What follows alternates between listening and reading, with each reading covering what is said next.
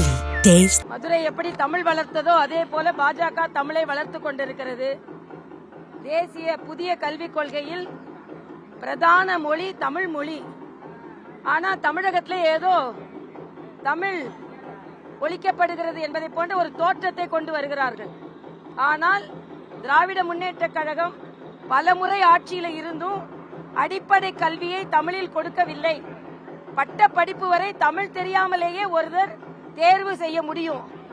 அப்படிப்பட்ட சூழ்நிலையில் மரியாதைக்குரிய நமது உள்துறை அமைச்சர் நேற்று ஒரு கருத்தை சொல்லி இருக்கிறார். எல்லா மாநிலங்களிலும் அவரவர்கள் மொழியில் மருத்துவம் பொறியியல் வந்துவிட்ட போது தமிழ் தமிழ் என்று சொல்லுகிறீர்களே, நீங்கள் ஏன் தமிழில் மருத்துவத்தையும் பொறியியல் கல்லூரியும் கொண்டு வரல? அதே மாதிரி உலகமெல்லாம் சமஸ்கிருத பல்கலைக்கழகம் இருக்குன்னு சொல்றீங்க. தமிழ்நாட்டில் ஒரே ஒரு எம்ஜிஆர் அவர்கள் நிறுவிய தமிழ் பல்கலைக்கழகம். உங்களை யார் இன்னொரு தமிழ் பல்கலைக்கழகத்தை கொண்டு வர வேண்டாம்னு சொன்னது? அத மாதிரி இந்தி திவாஸ்னு கொண்டாடுறாங்கன்னு சொல்றாரு. தமிழ் தினம் மாதம் மாதம் கொண்டாடலாமே. நீங்க தானே ஆட்சியில் இருக்கீங்க, அதற்கு வழிவகை செய்தால் என்ன? அது மட்டும் இல்ல, இன்னைக்கு முதலமைச்சர் சொல்ல மூச்சு முட்டுதான் இருக்கு. எப்படி மூச்சு முட்டுதான்னா, மத்திய அரசின் திட்டங்கள் எல்லாம் ஹிந்தியில இருக்கான், ரயில் பேர் ஹிந்தியில இருக்கான். நான் கேக்குறேன், நீங்க ஆட்சியில இருக்கும்போது மூச்சு முட்டலையா? நீங்க மத்தியில ஆட்சியில இருந்தீங்கல்ல, 5 அமைச்சரை வைத்துக் கொண்டிருந்தீர்கள். அப்ப நீங்க இலகுவா இதெல்லாம் மாத்தி இருக்கலாம்ல. மூச்சு முட்டுதுன்னா நீங்க ஆட்சியில இருக்கும் பொழுது ஏன் இதை பற்றி சிந்திக்கவே இல்லை? அப்படி பார்த்தா நேற்று நீங்க பாத்தீங்கன்னா மரியாதைக்குரிய அமித்ஷா அவர்கள் சொல்லி இருக்கிறார்கள், நேற்று அந்த துணை ராணுவ படையின் அந்த தளத்திற்கு சோழனின் பெயர் வைக்கப்பட்டிருக்கிறது. அதே மாதிரி ராஜேந்திர சோழனின் பெயர் மகாராஷ்டிரால ஒரு துறைமுகத்திற்கு பாஜகவால் வைக்கப்பட்டிருக்கிறது. நீங்க ஏதாவது அப்படி சாதனை சொல்ல முடியுமா? அதனால தமிழை வளர்ப்பது பாஜக, தமிழை போற்றுவது பாஜக. PhD முதலமைச்சர் தமிழை வளர்க்காமல் ஆங்கிலத்தை மட்டுமே வளர்த்து கொண்டிருக்கிறார். அதனால எங்களை தமிழ் வளர்ப்பதற்கு உதவி செய்யவில்லை என்று சொல்ல முடியாது. மறுபடியும் சொல்றோம், ஹிந்தியை நாங்க திணிக்கலன்னு. ஆனா ஹிந்தின்னு சொல்லிக்கொண்டு ஹிந்தியை திணிப்பதை இவர்கள் திணித்துக் கொண்டிருக்கிறார்கள். நான் மறுபடியும் சொல்றேன், நாங்க ஹிந்தியை திணிக்கல. இன்னொரு மொழியை கற்றுக்கொள்ளுங்கள் சொல்றோம். இள வயதுல அது இலகுவா இருக்குன்னு சொல்றோம். அதனால முதலமைச்சர் தினம் ஒரு கடிதம் எழுத ஆரம்பிச்சிருக்காரு. அதாவது இன்னைக்கு அவரோட குற்றங்களை எல்லாம் மறைப்பதற்கு தப்பா கடிதம் எழுதுறார். PhDன்னு சொல்றார். பொய் சொல்வதிலையும் தவறுகளை மறைப்பதிலையும் வேணா தமிழக முதல்வருக்கு PhD கொடுக்கலாம்.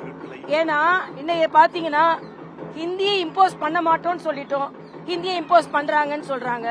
அதே மாதிரி மறுவரையில தமிழகம் பாதிக்கப்படாதுன்னு சொல்றோம், ஆனா பாதிக்கப்படும் சொல்லிக் கொண்டிருக்கிறார்கள். அதனால் தமிழக முதலமைச்சர் தங்கள் குற்றங்களை மறைப்பதற்கு இத்தகைய பொய்களை அவிழ்த்து விட்டுக் கொண்டிருக்கிறார் என்று நான் சொல்லுவேன்.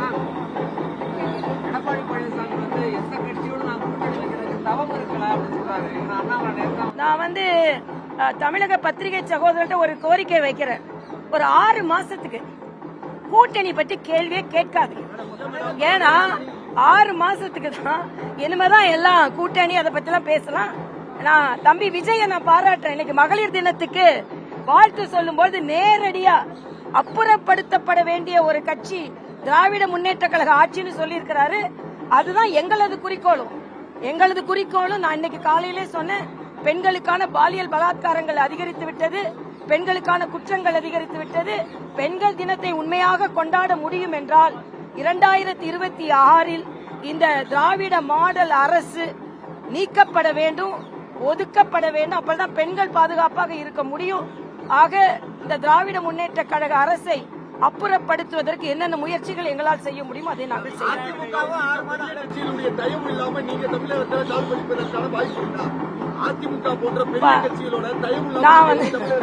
நாங்க இன்னைக்கு கையெழுத்து இயக்கத்தை நடத்தி கொண்டிருக்கிறோம். கையெழுத்து இயக்கத்திற்கு மிக அபரிதமான வரவேற்பு கிடைத்திருக்கிறது. முதலமைச்சர் சொல்றாரு கையெழுத்து இயக்கத்தை அவருக்கு பரிகாசமா இருக்கான், சிரிப்பு வருதான். அப்படின்னா ஏன் எங்களை தடுக்கிறீங்க, ஏன் எங்களை கைது செய்யறீங்க? அதனால தமிழகத்தில் பாஜக கால் பதித்து வருகிறது. யாருடன் கால் பதிக்க போகிறோம் என்பதை எங்களது மத்திய தலைமை முடிவு செய்யும். நன்றி, வணக்கம். பள்ளி மாணவர்களை வச்சு நீட் கையெழுத்து இயக்கம் நடத்தலையா? எல்லா நீட்டுக்கும் உள்ள போய் தானே. அதனால நாங்க பொதுமக்கள்கிட்ட தான் நடத்தினோம். மாணவர்கள் விரும்பி வந்து கையெழுத்து போடுகிறார்கள்.